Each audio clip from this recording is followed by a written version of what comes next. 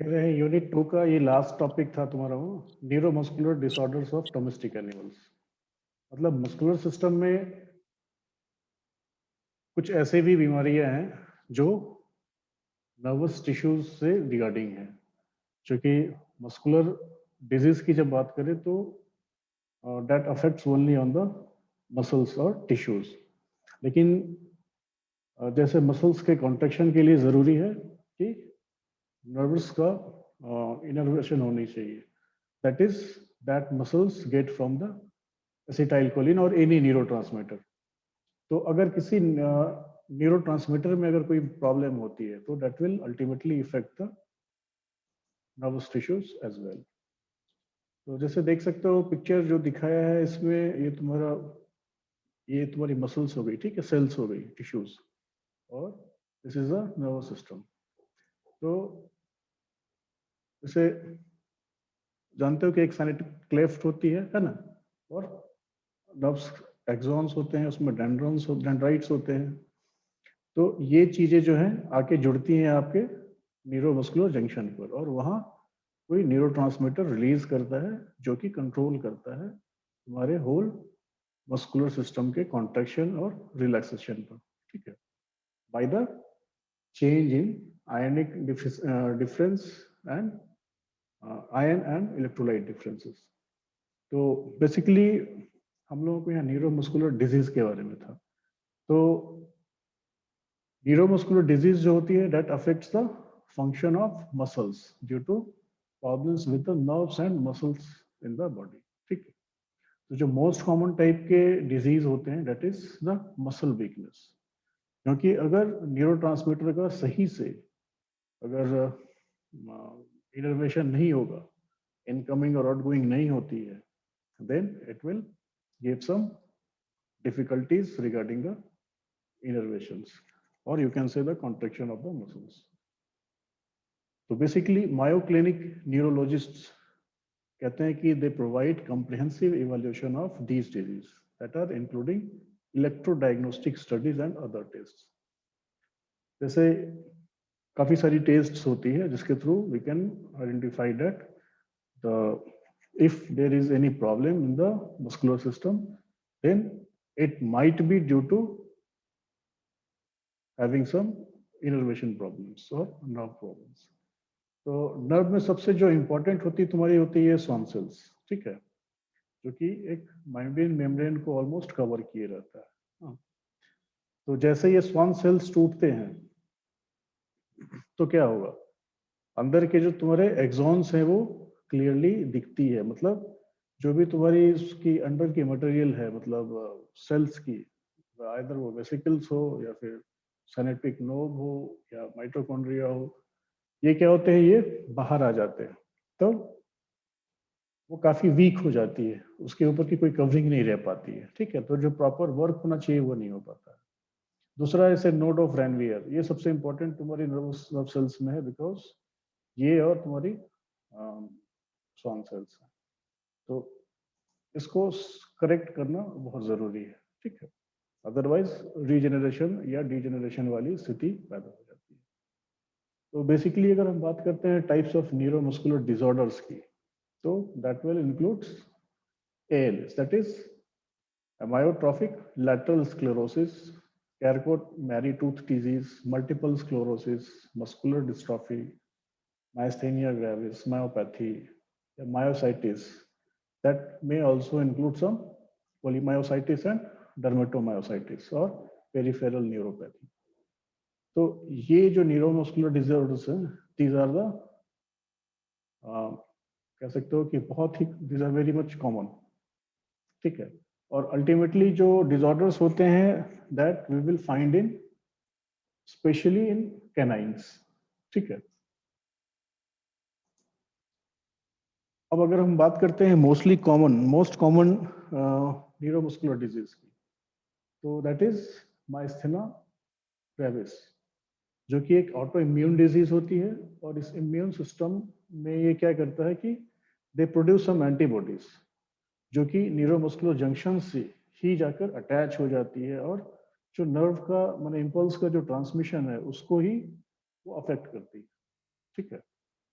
तो ये auto immune disease जितने भी होते हैं उनका यही है सबसे मेन, कि वो क्या करता है, सर्टेन एक एंटीबॉडीज प्रोड्यूस करता है, और जो उसका पाथवे है, न्यूरो का जो पाथवे है उस पे ही जाकर वो अटैच हो जाती है। तो उससे क्या होता है, जो नर्व का इम्पल्स होता है वो करेक्टली नहीं चलता है, ठीक। So depending on the condition, neuromuscular disorders are diagnosed using a range of tests including electrical tests, mostly commonly known as nerve conduction studies. इसमें हम लोग क्या करते हैं, we will measure the ability of nerves to conduct electricity.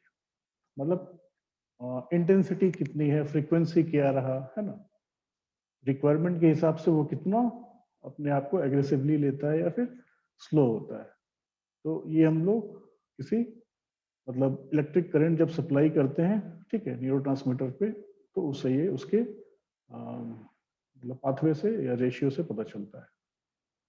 Second thing is electromyography, to examine the health of a muscle.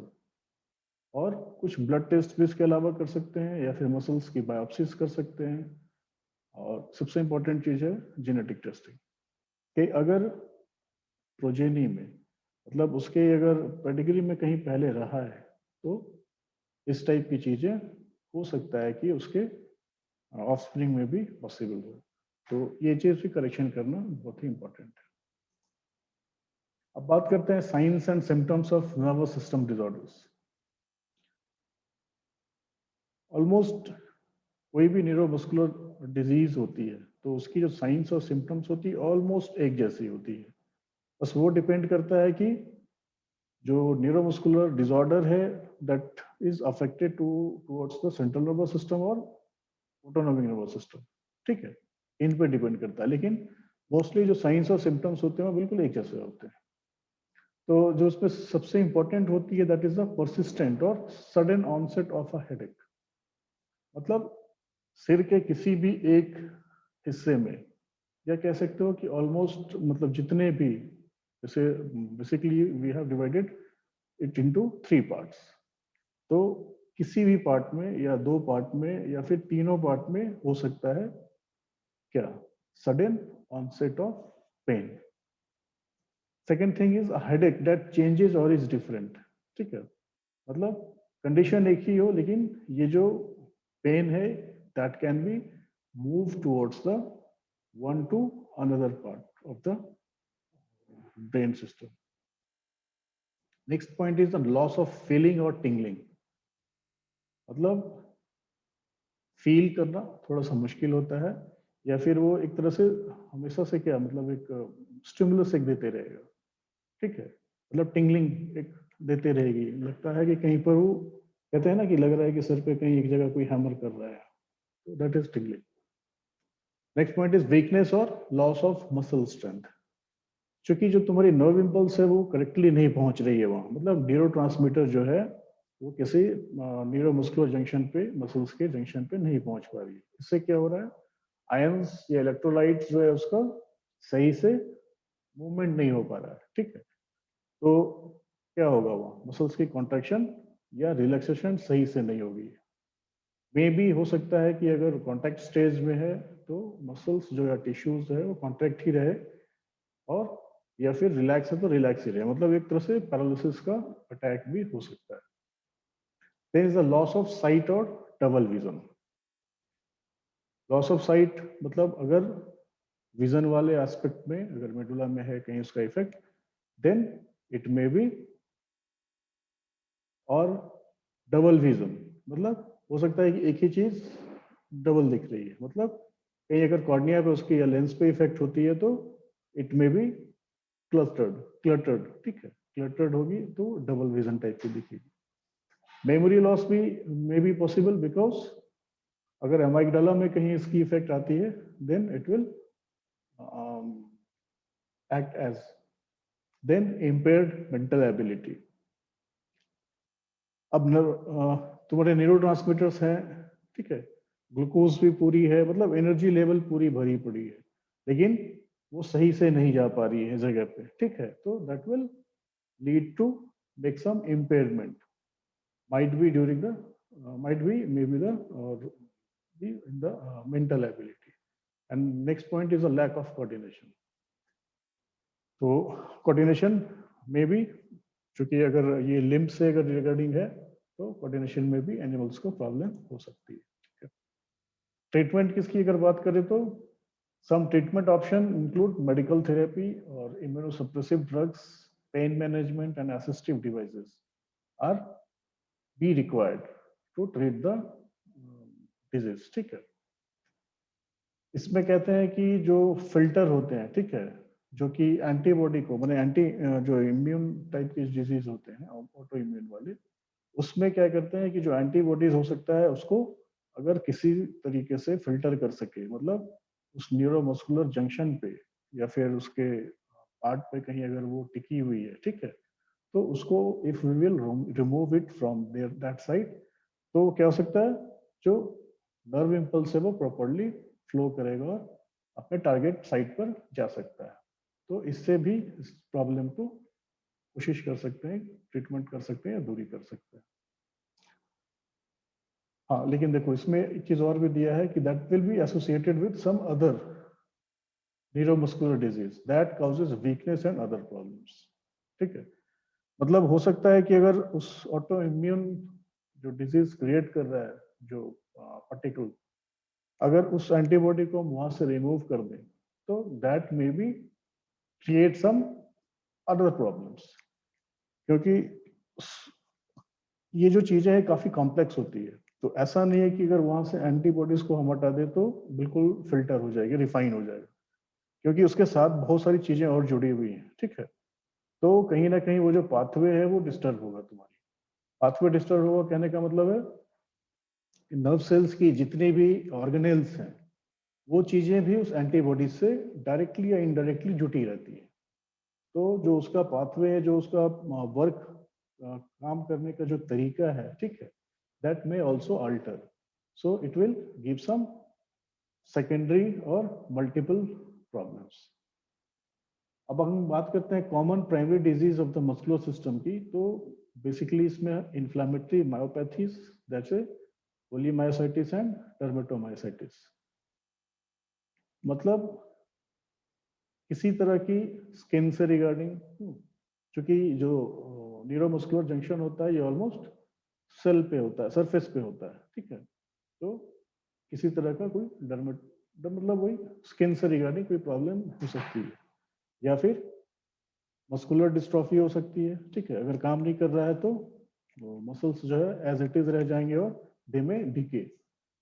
Myasthenia gravis है, माइटोट्रॉपिक lateral sclerosis या रैप्डोमायोलोसिस और cardiomyopathy, मतलब कि जिस ऑर्गन से जुड़ी हुई है वो नर्वस टिश्यूज जो अपना नर्व इम्पल्स सप्लाई कर रहा है, जिस भी ऑर्गेनेल से जिस भी ऑर्गन से जुड़ी हुई है, तो उसमें कुछ ना कुछ इन्फेक्शंस के चांसेस क्रिएट कर सकती है. ठीक है, either in the form of sclerosis, या ऑब्स्ट्रक्शन कर सकती है, ब्लड की सप्लाई रोक सकती है, आयंस इलेक्ट्रोलाइट्स का जो मूवमेंट है उसको डिफर कर सकती है. ठीक है, तो कहीं ना कहीं से ये प्रॉब्लम क्रिएट कर सकती है. अब इसमें देख सकते हो जैसे कि एक एग्जांपल दे रखा था पार्किंसन का, तो ब्रेन और नर्वस सिस्टम जो है इनकी कोई भी प्रॉब्लम्स होगी तो ये कॉमन होगी. ठीक है, because they are all regulated by the central nervous system. तो किसी भी तरह की अगर न्यूरोलॉजिकल डिसऑर्डर्स आती है, ठीक है, तो that will consist of multiple sclerosis. ठीक है, मतलब अगर एक नर्व से कोई प्रॉब्लम है तो क्योंकि ये सारी की सारी सेंट्रल नर्वस सिस्टम से जुड़ी हुई है, ठीक है, तो वो कहीं ना कहीं दूसरे सिस्टम को भी ऑब्स्ट्रक्ट करेगी या फिर उसको भी डिफर करेगी. अब बेसिकली जो होती है अल्जाइमर्स, पार्किंसंस, एपिलेप्सी और stroke, that can affect memory and ability to perform daily activities. इसलिए क्लास से पहले बताया कि जो बेसिकली ये जो नर्व रिगार्डिंग डिजीज होती है that will happen specially in the canines. ठीक है, because they are mostly prone for neuromuscular disorders. तो जैसे जस्ट एक एग्जांपल के लिए कि what the difference we will have during the normal and Parkinson disease domestic animal. तो normal condition में देख सकते हो जो लिम्बिक सिस्टम है, ठीक है, तो जो ब्रेन से आई है वैगल नर्व के through, this will provide to different things. जैसे जीआई सिस्टम पे एक्ट कर रही है, ठीक है, इंटेस्टाइनल माइक्रोबायोटा को भी एक तरह से इन्फ्लुएंस करता है ये। तो ये अगर सब चीज सही है, नॉर्मल है, तो नॉर्मली चल रही है।